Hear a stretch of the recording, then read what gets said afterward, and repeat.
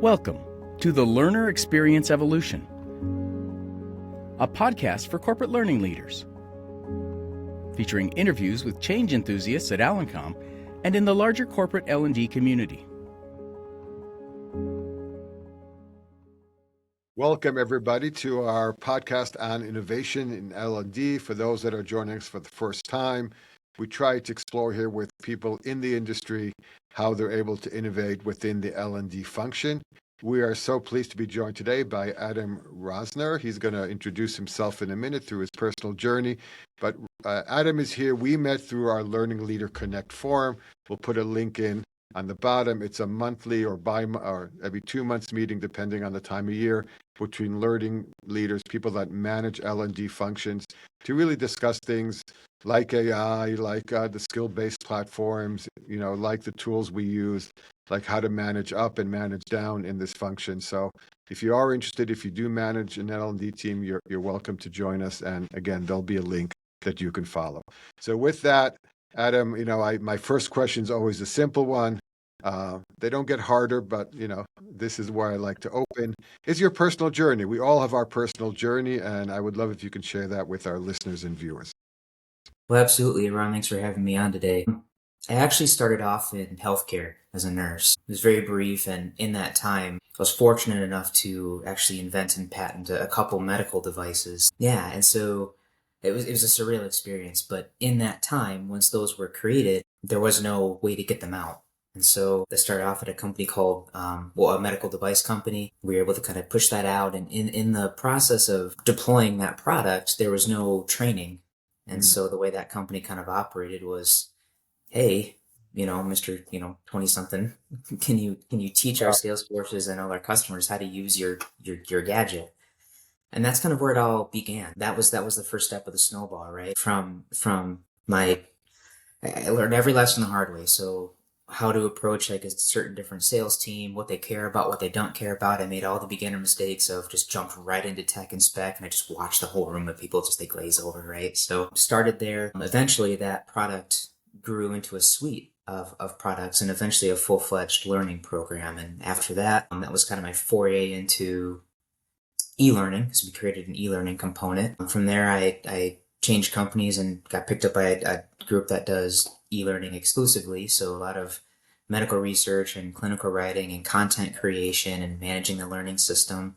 That evolved into, and all the content development stories under that. That turned into a larger pharma company, and working with a team of, several course developers and business partners, and eventually a larger project of LMS consolidation, which, created a lot of gray hairs. Anyone who's been through that process knows what that's like. We had 13 LMSs that we came down into one. That was kind of my first dipping my toes into kind of the digital technology side of L&D.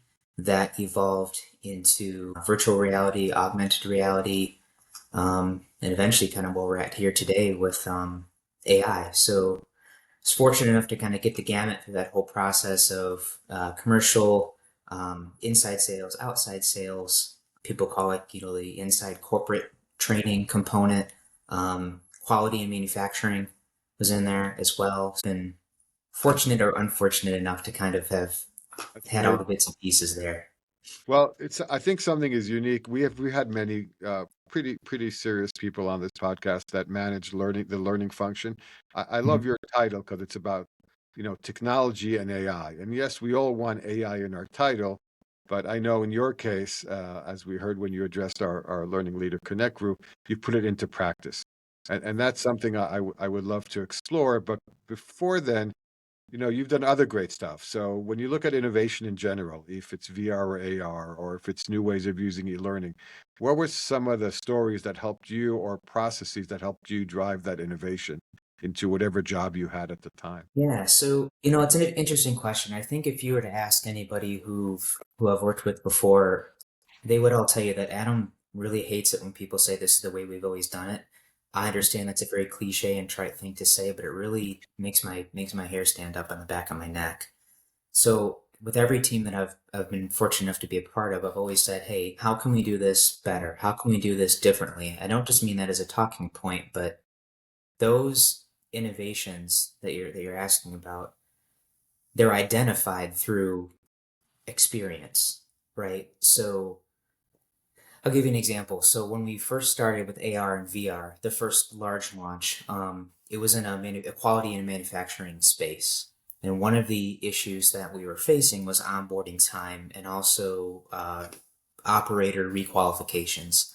The way it was always done is you would pull somebody off the line or wait for a certain time throughout the day at this particular plant to have the operator work on the machine and, test, demonstrate, teach back, final test, certification, right? That took a long time. And if anybody didn't pass their test, which happens, Yeah. you've upset the production schedule, right? You've created a problem instead of fixed one. And so one of the ways for this exercise with one of my managers was, how can we make this better? How do we have this not happen again?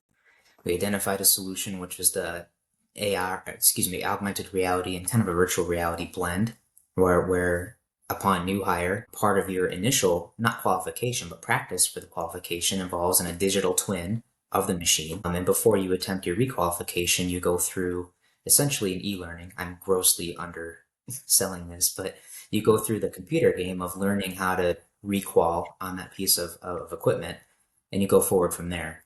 Getting that it sounds great in practice. Getting that deployed was a trip. I mean, there's all kinds of NDAs and proprietary pieces of technology. There's how do you deploy a piece of tech that your tech and governance team at your company has never seen before or has never operated before. So there's no policies around implementing solutions like this. All of that needed to be worked out, but having that clear vision from the beginning, clear problem statement, clear way that you want to use the solution, clear benefit, clear ROI, clear. That was key. And that all started from that CQI process of Got it. continuous quality improvement of what training is happening, Sure. how are we making this Yeah. better? Well, let's tease out. I mean, what excites me about you saying that often we just think of innovation as disruption, right? Somebody stares at a wall, stares at a screen, stares at his family, and says, "Wow, I can do this differently."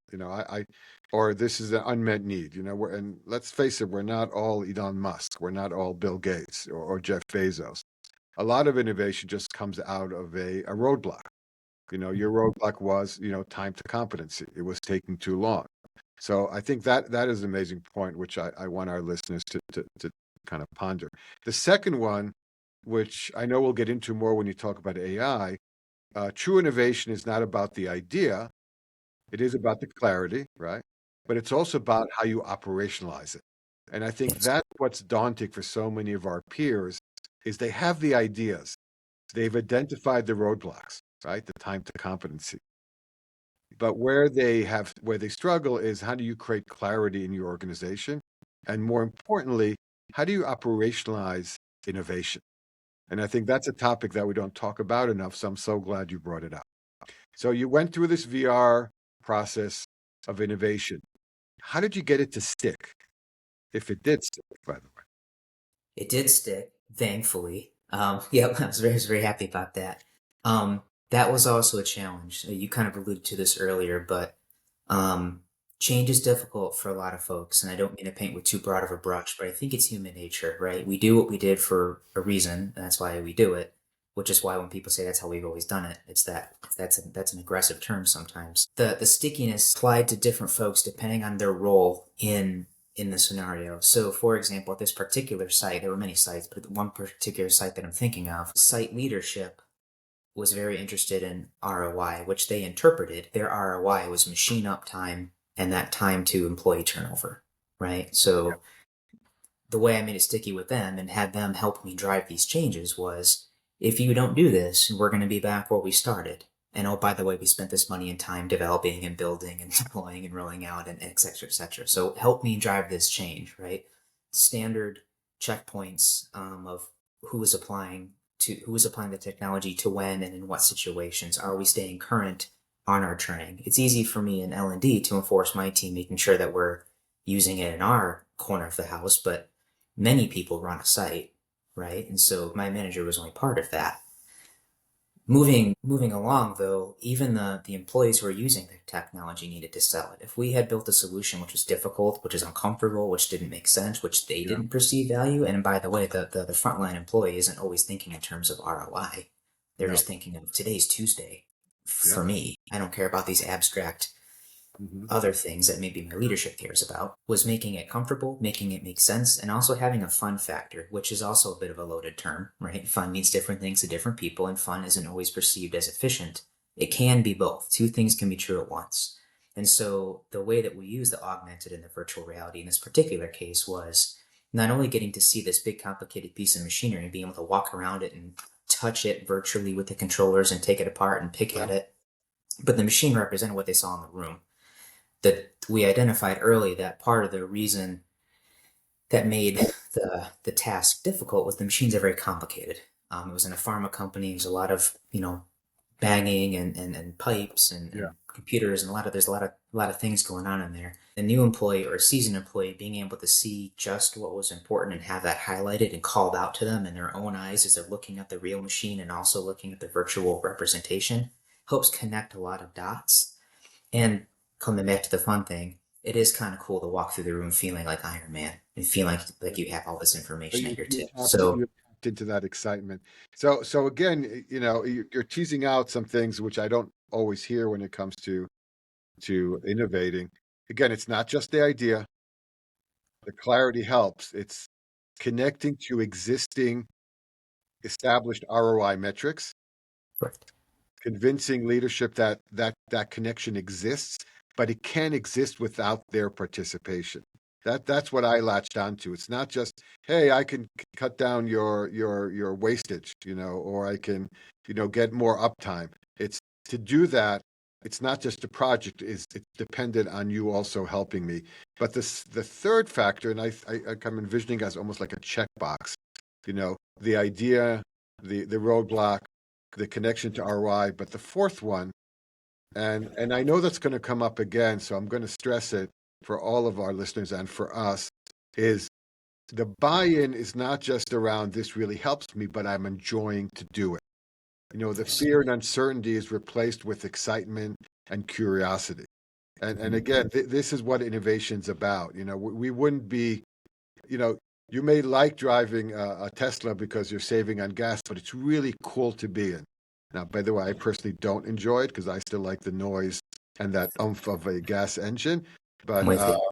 I'm sure I am a dinosaur in many ways. So you got leadership involved, you got the people to help. What legitimacy, if at all, did that give you for future innovation? Showing senior leadership the value of L&D is a fourth, I believe I've brought up, loaded topic, right? And what does that ROI look like? Being able to show leadership, and this is one site. We had several. It was a much larger project than the case I'm giving you, but showing them, look, here's just a fraction of what this could be. You've seen this other project. You've seen how L&D has been a partner here. This isn't the only part of the business. Manufacturing quality is not only part of it. Did you know that also in your commercial organizations like L&D has identified these gaps because we see these people often, we upskill these people often. We're Mhm. on top of these trends. If I perceive you, Mr. Stakeholder, have a gap here, here's how I would fix that. So having a couple of successful innovative projects under your belt to show value up front lends legitimacy later because you can then come back and say, hey, in addition to what we just did here, which is demonstrated to be a success, here's other ways we can add value. It's almost like an appetizer. Um, that's a culture shift, and I think that's not just in the learning culture shift. I think that's like a corporate, wider shift. I feel like I'm perceiving throughout just the, Yeah. I guess, So, corporate sector in general. But when we go into these big projects, we hit these roadblocks, but we're brought in and hoping that our stakeholder has done a lot of the work you just described. mhm, We're just, okay, we have the budget, let's go find the vendor. And yes, let's find a reputable vendor and so on and so forth. What I always look for is what's the client's comfort zone. And to me, in my parlance, what you described, you expanded the comfort zone by proving the vitality of this technology, by proving the buy-in and the ROI, the learner buy-in and the executive ROI, you basically changed the playing field. And mhm, now the question is, where do you stretch it next? So for me, that's a great segue to our next kind of part of this discussion is again, your title. It's not just technology, it's the plus AI. And mhm. hopefully it's not just something that, okay, we couldn't give you a raise, so we put AI in your title, right? There's a lot more to it than that. So let's talk about what it means where you work now, uh, to adopt AI into the flow of learning, and some of the journey there, which I think would be extremely valuable to our listeners. I think in a lot of ways, where I'm at today has mirrored the experience of a lot of other folks who are trying to roll out AI, and that we're kind of seeing the same challenges. People are approaching it different ways. Where I have found the most success was, like I mentioned earlier, first positioning. Here's what I think we need to do based on what I'm seeing. Here's our data. Here's what we're looking at.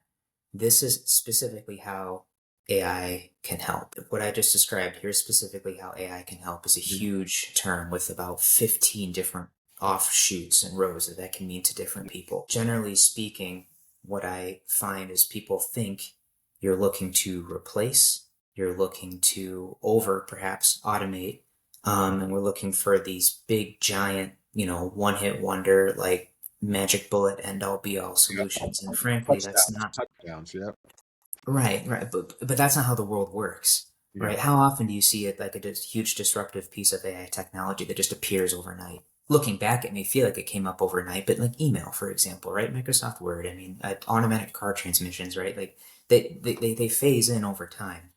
So to make it about AI, setting those expectations but alleviating fears is a big piece of adoption. So rather than how many employees can I replace with AI, right? It should be how much better can I make my team if they leverage AI? There's a yeah. difference in those terms, right? It's not about, it's about bringing folks up. It's about, Did you see people make that mistake? I mean, are people that dense to, sorry for using that term, I don't know anybody in your company besides you. Are they that dense that they would project, hey, we're after your jobs? Or is it just the inexperience of how to deal with technology? no, and thank you for asking me. I should clarify. It is folks feeling that the purpose of AI is to replace humans, and Hmm. messaging not being tailored to address that. And so those fears, which are held by the every So employee, don't are ignore the not fear. being addressed by Yeah, that. got it. Got it. Right. So rather than positioning this as like, hey, we need AI, if not communicated correctly, it comes off as something out of the blue. We need AI for AI's sake.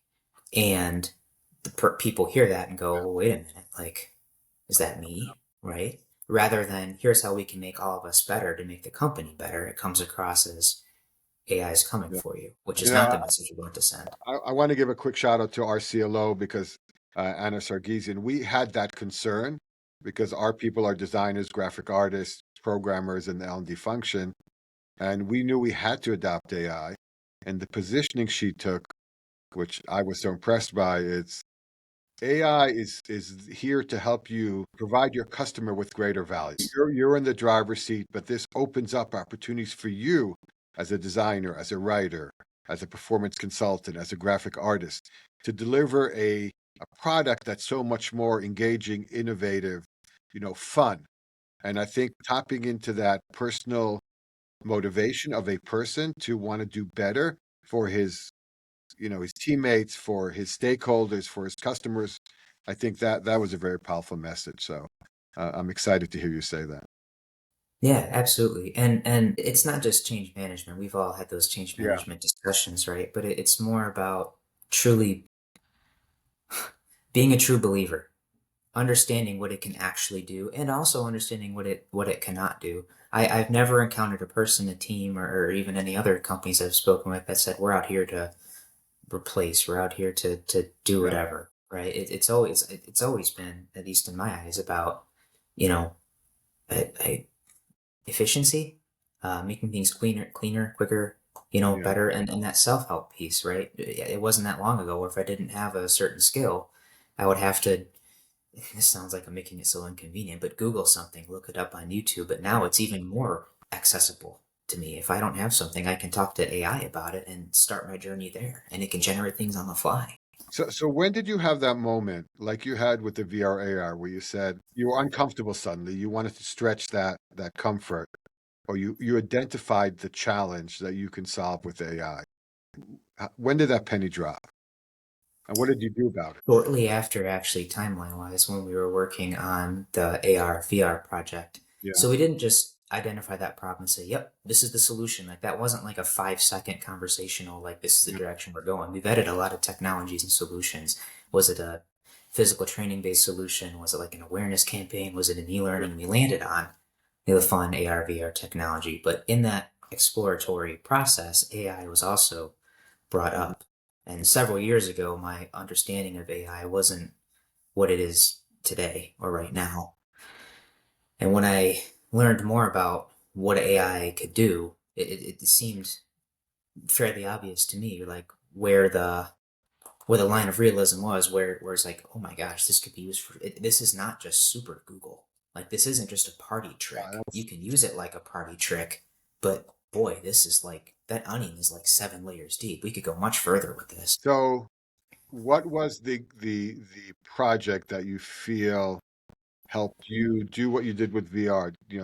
Identify an ROI, communicate it effectively to leadership, get their involvement, but also lower anxieties and co-opt the learners who were using AI. What was that like tipping point? Uh, Sure. I'm biased, but one of my favorite things that I've ever worked on, actually. Sounds very simple on the surface, but it was a role play simulator that we deployed at some point. And the neat thing about the role play simulator was a lot of things. Product training, is obvious implications there for commercial sales forces, pitch and practice. And like I mentioned, product knowledge, storytelling is a yep. big piece. These are skills that a lot of they're soft skills. They're considered semi-soft skills where folks really need to practice these, but it's awkward. If you get paired up with a person in real life, you maybe do one or two quick role plays and then you wander off topic. If you in front of a computer talking to yourself, it's very awkward, it's very unnatural. Having an AI be able to talk back was game changing. Deploying that technology, we ran into those roadblocks and those knowledge gaps that I had mentioned earlier to folks, and people weren't sure, is this being graded? Is my boss saying this? Is it however? So we got to build this whole fun digital dojo area for people to truly, I mean, it's quite literally, come in and like play. There are AI personas of very friendly people, very combative people, things to Buyers bicker back and who forth. would buy your services and products. These are buyers, people, or who are the Buyers, peers, manager, employee relationships, all these ways you can just come in and fire up an AI bot and guys? chat with it and just get the feel of what that feels like. And then once you're comfortable there, you can move into I will say the real training, the targeted, objective driven learning scenarios. And Yeah. that was a lot of fun because the biggest holdup we had was folks weren't used to it. Folks weren't sure what the technology did or what it meant. But once they got to go into this experimental area, it really alleviated a lot of those Yeah. fears. And it became a really fun thing that's very highly sought after. And again, one of the things I want to call out because a lot of our customers, the people we service, they'll focus, especially if they're centralized in a large organization, on pure soft skills, right? There's an initiative to make the managers better in performance reviews. There's compliance issues that they want to get better attention to. There's not just communication skills, leadership skills, people that would go from one level of leadership to another. We love those projects. But you did something that I think is worth for people to pay attention to.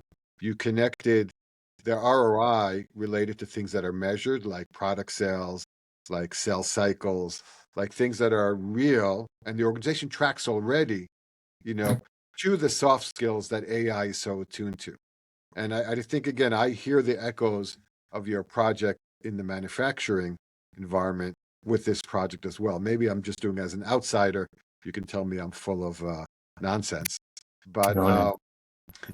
I really like that, and that's a message to to anybody contemplating AI. Don't be afraid to connect to the things your company measures. If you can show that any technology, AI is just tomorrow it'll be something else, you know, uh, that connects to the things that organizations measure. If it's sales cycles, if it's compliance breakdowns, if it's manufacturing waste. We're involved with projects now, especially in the call center space, which I know is less maybe relevant in your organization, where the length of a conversation cost the organization money. The NPS scores impact the company.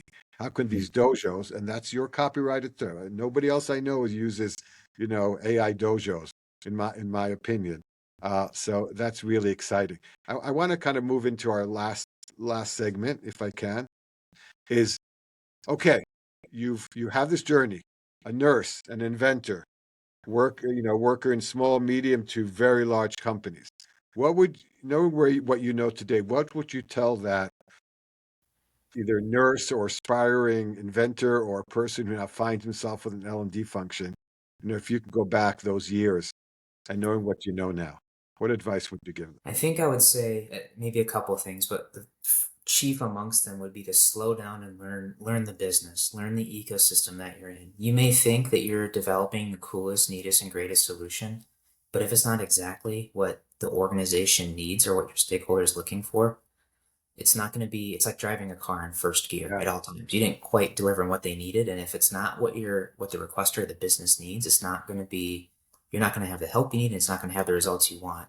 The other half of that, though, is in addition to not being afraid to kind of experiment with stuff, because for every success, we've all had like 10 failures behind it, things we don't talk about that didn't work out, like the AR, VR, or like AI, or like some of the devices we patented.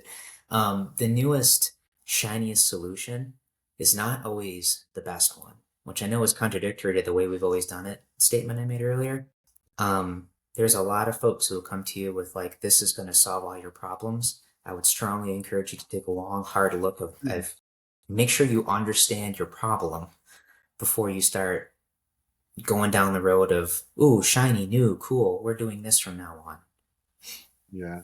I like that. I mean, I always bemoan the fact that we mostly celebrate success. We Mm-hmm. don't often encourage failure. And I'm not sure we can do that openly, but I look back at my own career path and it grew from failure. It didn't always grow from success. It grew from being a bit more, not cynical, but questioning, Mm-hmm. not accepting, but still being optimistic that you can make a change as a person. So, with that, Adam, I really want to thank you uh, for talking about these things. I love your title. I want to see more of those titles, Director of Learning Technology and AI in our industry. And I'm sure this just opens up a conversation. And again, I encourage people to reach out to you on LinkedIn, join LLC, and be part of the conversation. So, thanks a lot, Adam. And with that, we'll sign off for another podcast on innovation in L&D. Thanks a lot. Thank you for joining the Learner Experience Evolution. All episodes will be posted on the Alencom website, or you can subscribe wherever you get your podcasts. Please reach out to info@alencom.com with any requests or questions.